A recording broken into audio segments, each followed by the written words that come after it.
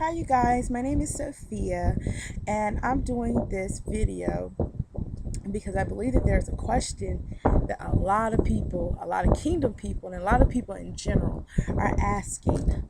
Um, the question is, what does God want from me? Why am I here? What is my purpose?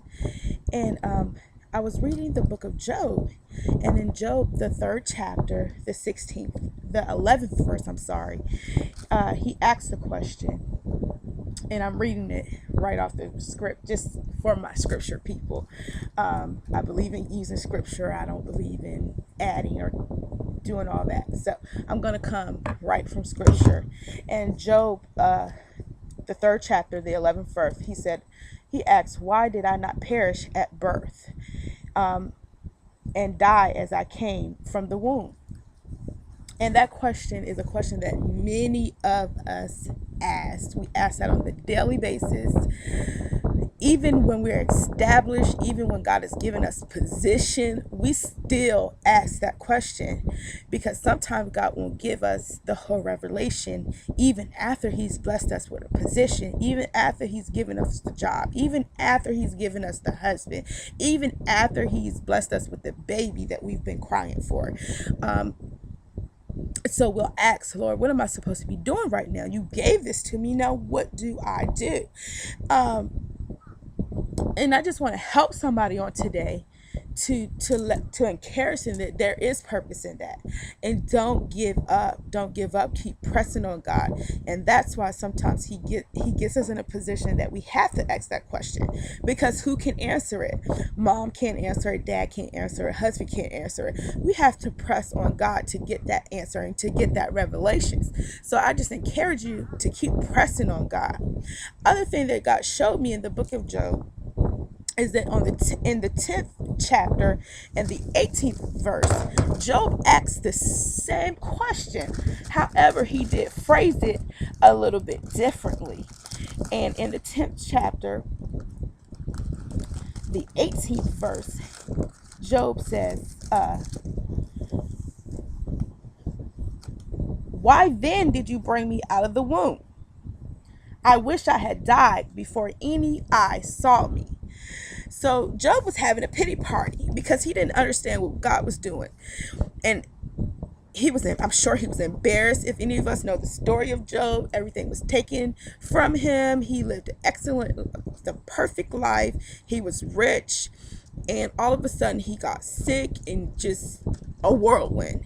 And it wasn't until his whirlwind that God spoke to him.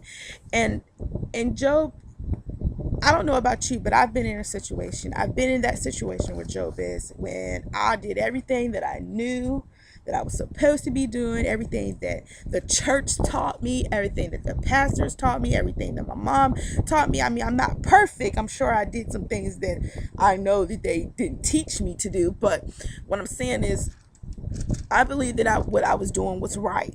And many of us are in that case where we really feel that what we're doing is right, but yet we're just getting some messed up results. And so Job was just like, you know what, I'm done. I don't understand it. What is going on?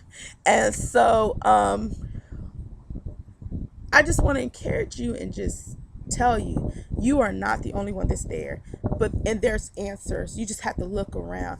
I'm sitting here at the beach right now, and a lot of times, and many of you know that I'm a writer, and those of you don't now, you do. I'm a writer, and a lot of times this is how I get my release. I come to the beach or the park, and there's answers everywhere.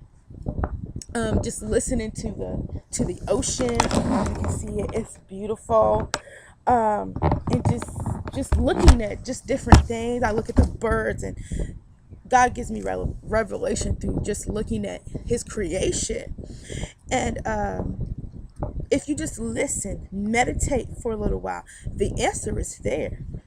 A lot of people that I talk to, a lot of my clients, they're like, what's my purpose? I don't know my purpose. And I can see it clear as day.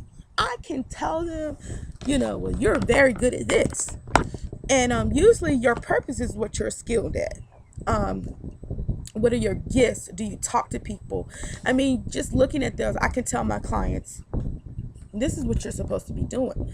But I've learned that a lot of times I can know all day, but if they don't know what they're supposed to be doing, it really doesn't matter. But again, going back to scripture, what I notice is that in Job is that he asked a question in the 3rd chapter, but then he turned around and he asked it again in the 10th chapter. And I just got excited about that because it told me 7 chapters later, he's still asking the same question.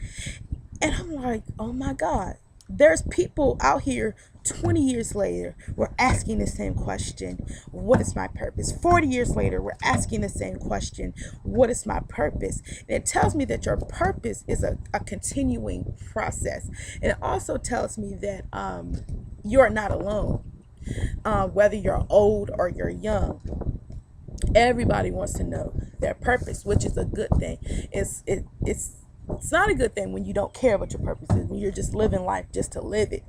And I just want to encourage everybody to get in touch with God, get a relationship with God. That is the only way that you will know your purpose, is when you establish a relationship with God, or else you're just going to be doing whatever you think everybody else says you're supposed to be doing, or what you saw your mom do and what you saw your dad do. Just because your mom and dad did it does not mean that that's your purpose.